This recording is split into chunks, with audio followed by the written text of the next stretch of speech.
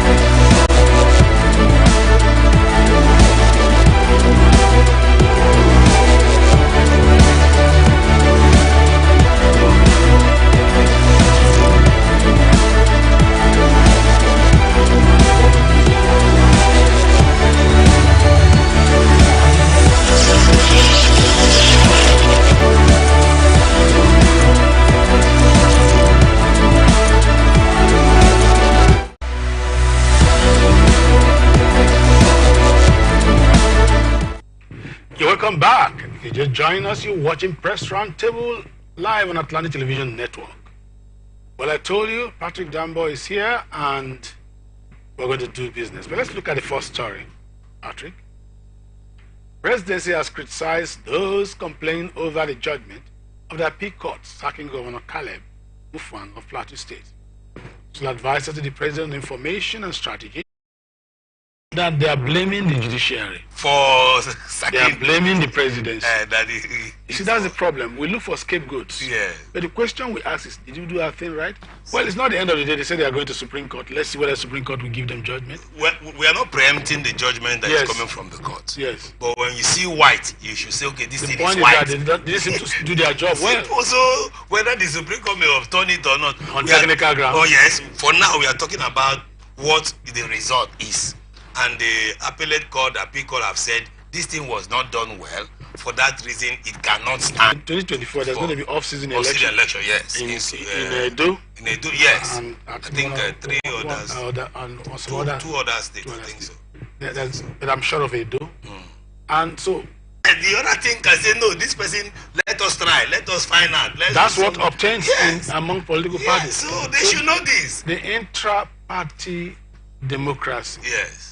Is a very big problem, what they call internal democracy. Internal democracy. It's a huge challenge in Nigeria. Yes. And when they don't get it right there, I don't see how they can get it right outside. They can. So let's learn. This is a lesson for all of us. Not only what River State, for example, APs had series of issues.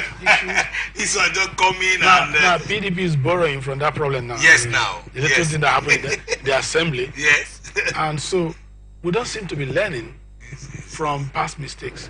College of Education Academic Staff Union has applauded President Bola Tinubu for withdrawing the idea of tertiary institutions, including colleges of education, remitting 40% of their internally generated revenue to the National Treasury, saying it shows he has a listening ear. President of the College of Education Academic Staff Union, Smart Olubeko, met the mark in a statement on Monday in Abuja, where he joined the federal government to also review the centralization of payroll administration through the integrated personnel and payroll information system.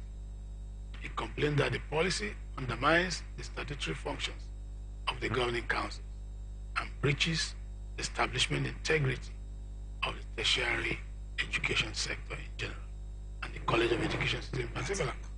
According to Lubeko, integrated personnel payroll information system has become a means of defrauding colleges of education academic staff union, as there are thousands of cases of short payment, outright non-payment, unlawful delay, and or withholding of third-party deduction. But they have been talking about this process, the salary process in tertiary institution, where you have the IPs. IP, is it IPSS? IPs. Yeah. For short, IPC, IPIS has been a major challenge. And a lot of people say, and I follow that line of reasoning too, Okay. and most commentators also talk about it, that it undermines the power of the council That's correct. of a university.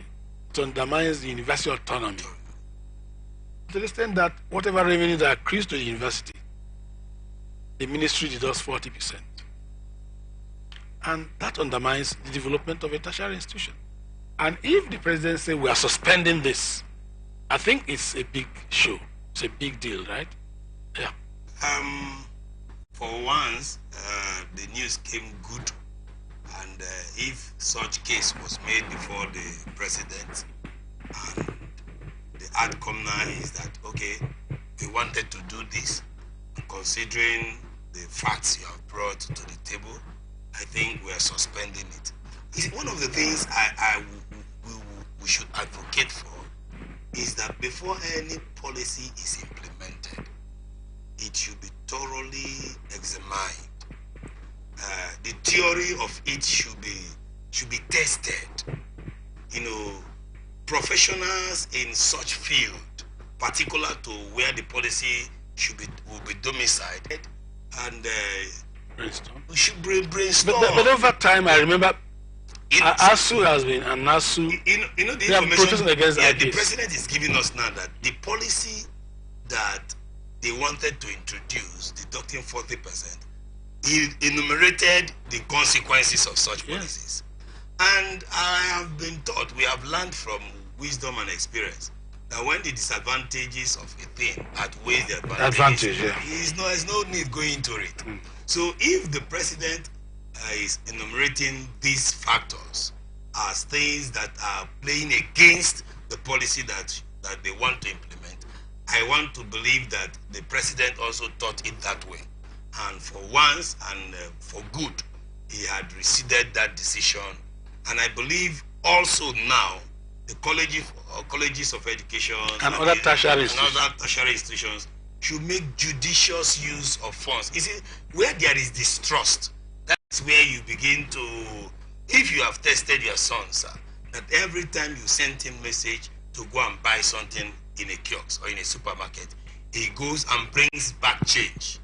Certain time will reach where you will just give him a lump sum of money because he has built trust that, okay, I'm responsible enough to be accountable.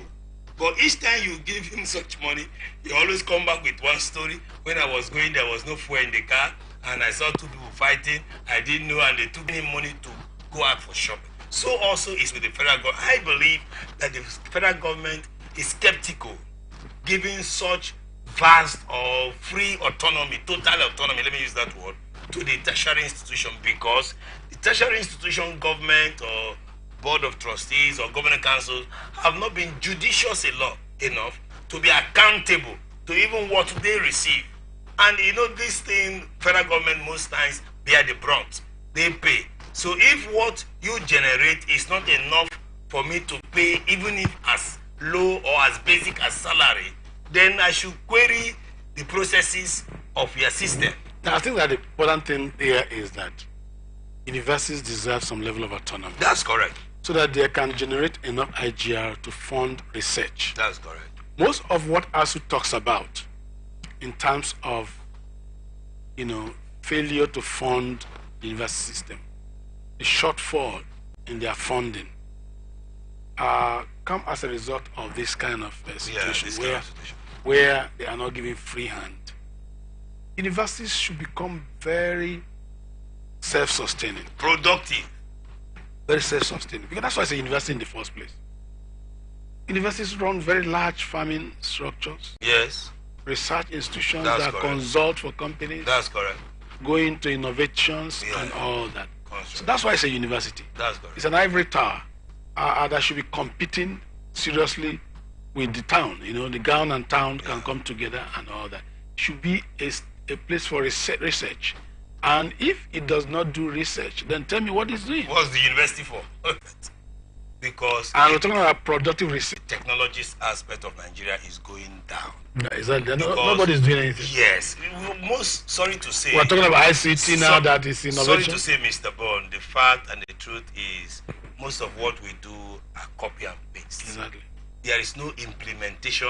If you go to the library, you see millions of research that have been done, even as low as, okay, let me not use the word low. Let me say as important as farming. If you see the research that have been done in what we can do as a nation to improve our productivity. But sometimes this research are for the sake of research. I remember one university professor in University of London who was hitting hard. I read it online. Was hitting hard on his colleagues. Most of what they write as research papers to become professors are mere drudgery. Okay. Just routine things they talk about, just talk about that are not productive, are not meaningful, practicable, have no impact, on cannot have any impact on societal development. They're just research junks for the sake of it, and they are made professors. So he calls it research for the sake of research. so that is the problem we're having. We're talking about meaningful research that can produce results, change a lot of things, change our farming method, change our technology, change the way we behave, Mr. Bond, change our economy, remember in those change days, our productive behavior. even in those, I think early 90s, 80, 85, 87, people, I could remember Government Technical College, GTC. People take their television to GTC for them to repair. What is a university meant for? A company encounters a challenge. Government encounters a challenge. They go to the university, this is our problem. Find solution to them. And that's why the research comes. Okay, this is the challenge. What do we do? Let's go to the lab. Let's go to the field. And the professionals, the lecturers, the professors, they go into the research labs and now find out. We just came out from COVID-19. The people went into the laboratory to dig out what must be done to avoid COVID killing people. Exactly. And that's research. And that's what the ministry or the government, federal government, yes, should realize when it comes to funding of tertiary. Yes. And so they need some level of autonomy. Yeah. They don't need deductions from their no, IGR. Why are you going deducting? All right. They need to support more. Now, from Akwa Ibom State, Governor Omoino has advised the state traditional leaders to have nothing to do with politicians, attempting to split the state along racial and ethnic lines. Call that in effort to stop the adoption of the modified traditional rulers law, several traditional rulers have taken the state to court. Among other modifications, the new law disregards the long-standing rotating norms and designates Oku Ibom Ibibio as the President General of the Akwa Ibom State Supreme Council of Traditional Rulers. As a result, there is now division and chaos in the state, with some blaming politicians for stoking the flames of discord among the traditional authorities, speaking to members of the Global Evangelical and Missionary Church of all nations. Or on Sunday, amid division, Omoyeno urged the monarchs to work with the government to establish peace and unity in the state. You see, I interacted with this man during the Guild of Editors conference. We just came back beautiful. All right. He hosted the Guild of Editors, the apex body of journalism in the country, the elite class, as it were. And it was a very wonderful session. I think that it was one of the best hosts we have received. As we have had as for the Guild of Editors conference, because we go around the state and we're hosted by state governments. Okay. And a lot of things came to the fore. That's a very brilliant governor, and it's a governor that suits for unity of the people. There are minor ethnic differences. That's true. So what the new law on traditional rulers has brought to bear is to remove the rotatory form and then have some kind of central leadership for the traditional leadership institution. Some have gone to court to sue the governor for this kind of. And the governor said traditional rulers should stop playing politics. because this is the most prominent traditional ruler and the most centralized one among the entire Ibibios, which is the major ethnic group in that place. Some who are not pure Ibibios are saying that it was against natural law and justice and good conscience. But they say, no, don't do that. Ensure that there is peace. Ensure there is unity. Don't promote ethnic division. And from what we saw him do, even the presentation of traditional dances and all that, we saw a man that was ready to promote unity and development in the state.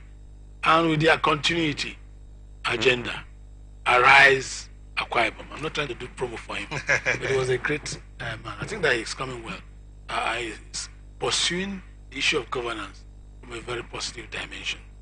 My own perspective to that would be,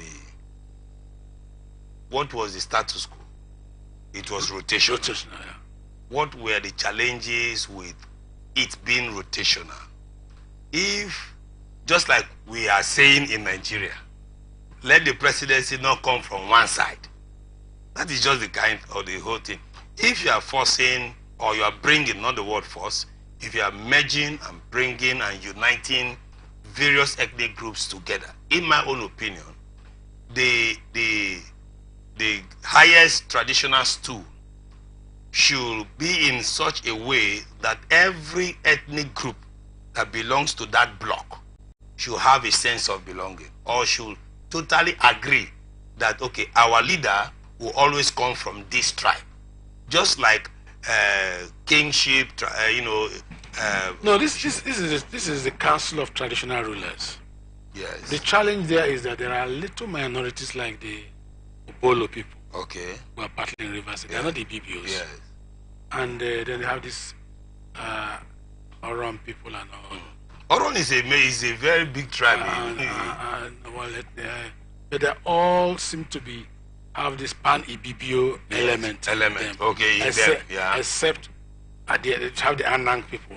Anang, yes. Except the Obolo, okay, which are the Andoni people. I think that they are the only ones that will feel cheated in that, because they are not in any way an Ibibio extraction. They are not in any way sub-Ibibio. That's my point. If for whatever that wants to bring them together, that's why they went to court. Yes, for whatever that is bringing them together, for them to have that peaceful coexistence, that unity that they so desire, let the policy, let the law, let the custom, let the pattern be that we have all agreed that our leader in this council will always be from so place. But where there is dissentment, where there is a disagreement on that, you always have the dissenting voices. So yes, if he is trying to say traditional rulers should not be politicized, should not join politics to their begin to fight the government.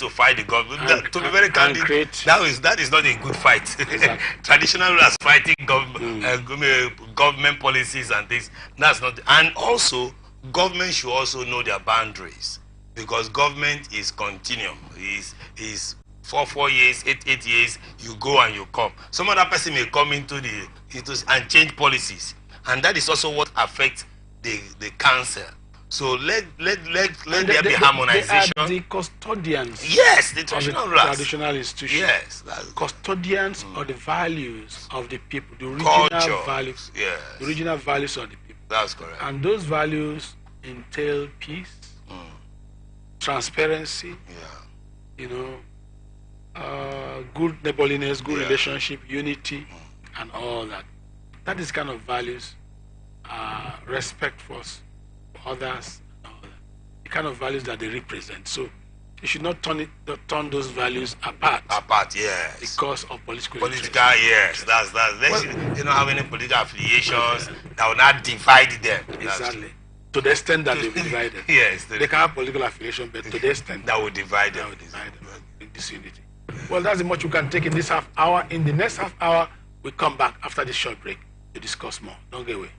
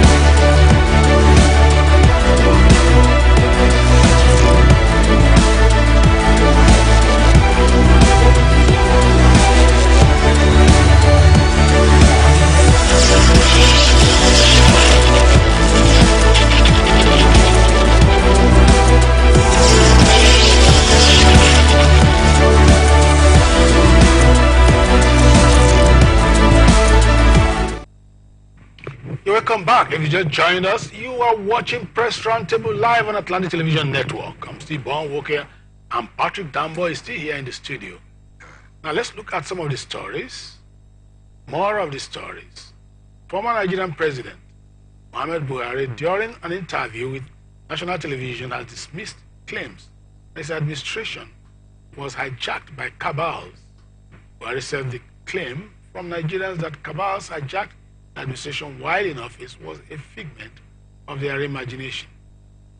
Asked about his government being hijacked by cabals, or if it was the imagination of Nigerians, Buhari replied, "It must have been their imagination." The former president also disclosed that he has been preoccupied with local problems. My God.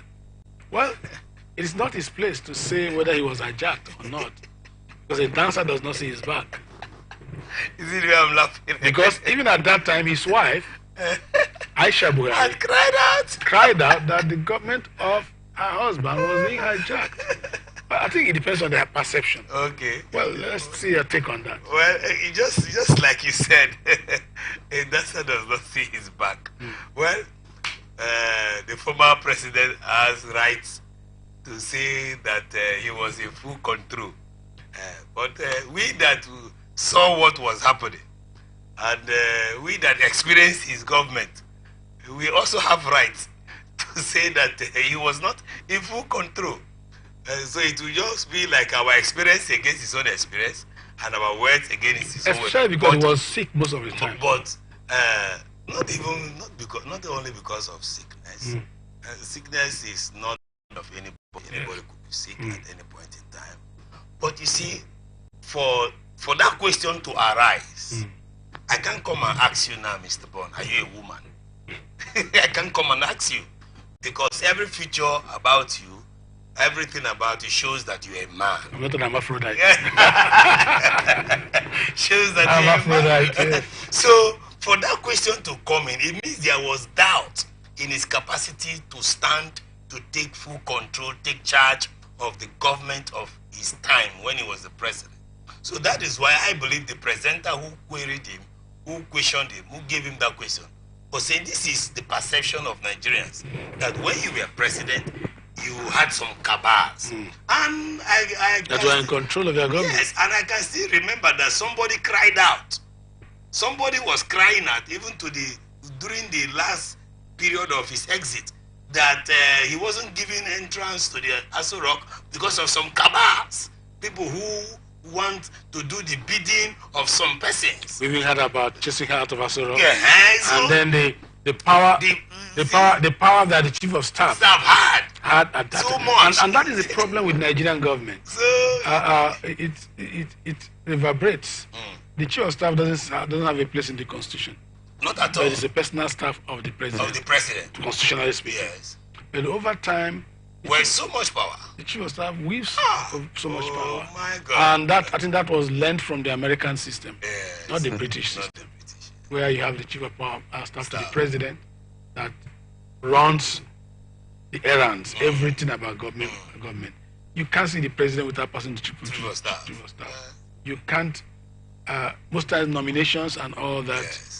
appointment of ministers. He is the president. He is the president, both present and when the president is absent. He engages in all the research concerning individuals and all. Yeah. And we had a lot of rumors in the president dispensation about the role the chief of staff played. So you have, well, Professor Akes was very right when he said in his book that you have the social class in power. And social class in office. In every system, we have that. That's correct. Especially in this, in African government, because of primordial issues and all factors.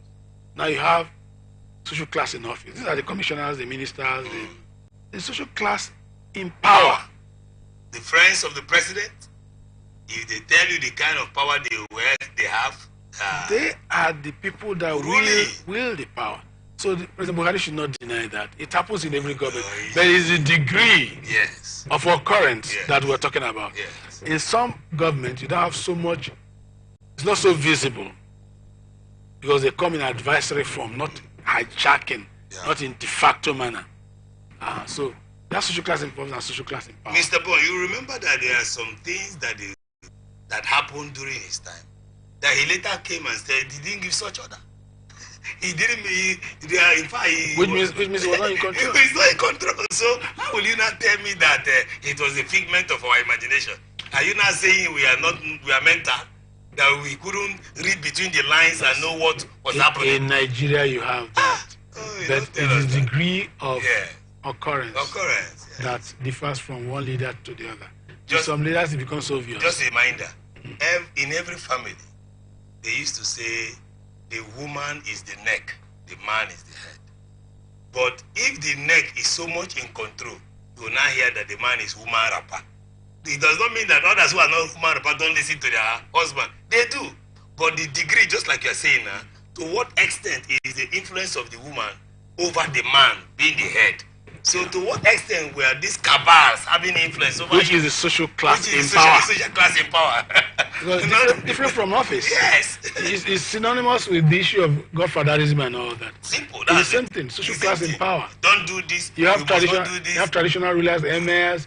You have political party bigwigs. You have captains of industry. Yes. They control the system. And they are the social class in power, like the Dangotes of this world. He went on sick leave first, vetted power to the vice president, transmitted power, and something happened.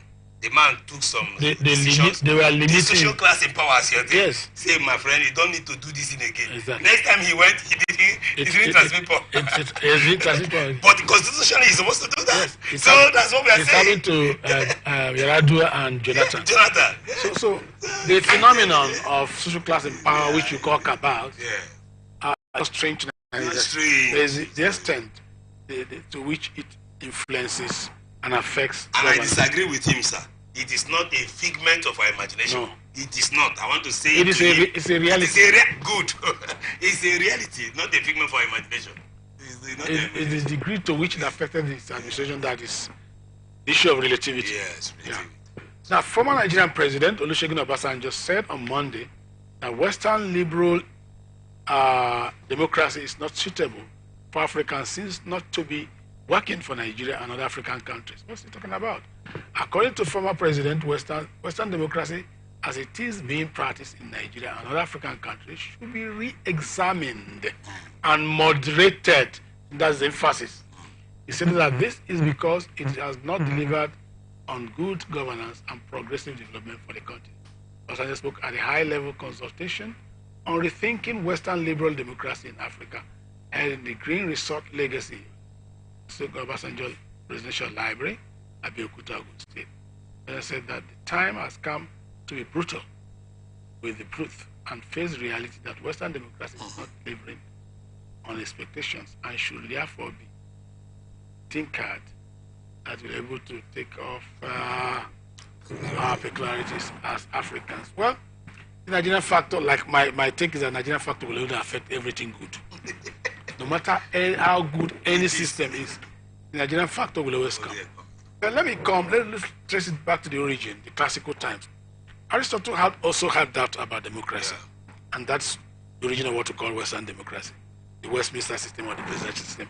They all emanated from the classical era during the Greek times, philosophers. Now Aristotle said the fear he had about democracy was going to fail because, one, the poor will like to have the riches of the wealthy. That's takeover from the riches of the wealthy. That's because of democracy, because they have freedom. And that the rich will overwhelm and throw their weight, in governance and perpetuate power, as it were. Then the last one, the people we call idiots, those who are not well to do, the corrupt minds, thieves, will like to hijack power by all means. And these are the worst set of people that will corrupt governance and render democracy ineffective. These are aristocratic principles when it comes to his fear about democracy, the classical times. And the element of truth in this particular postulation is that democracy, Western democracy or the Westminster democracy or even the presidential system is not foolproof. It's not a perfect system. There can never be a perfect system. What Obasanjo is saying that they should tinker it to suit our own kind of. What is our own kind of democracy? Okay. That's the question. And which one are we going to take? Are we going to take the Islamic, the Yoruba traditional institution? You read government, I know about the pre-colonial political institutions in Africa. Yeah. Which of those pre-colonial political institutions are we going to use to fuse into the Westminster democracy? When the white men came, they saw that their system was not working when they brought indirect rule. And that's why we still have the traditional institutions participating in government. Now go ahead. Well, I think the former president of this country is, I like, or should I point you to the underlining statement he said. He said it's time to be brutal with the truth. With the truth. He's a man of vast experience, both national and international, even on a global level. Yeah. He interacted with, nations and presidents. And I believe that what he's saying now is not out of a selfish perspective. It's out of an experiential and a global perspective, considering the uniqueness of the African factor or the African man, in its state. Just like we've always done, you can see something good, but how can you bring that thing good to localize it, and it will be better for you and work well for you? So democracy is a beautiful idea, aspect of governance, which helps to give government, by the people, for the people, and in this uniqueness, that's what Obasanjo is saying. Look at our diversity and see the various aspects of system of government available, and see how we can mix X to Y. Somebody wants to cook ogbono soup or gbese soup. So what and what are you going to use as ingredients to combine together that will give you your desired aim?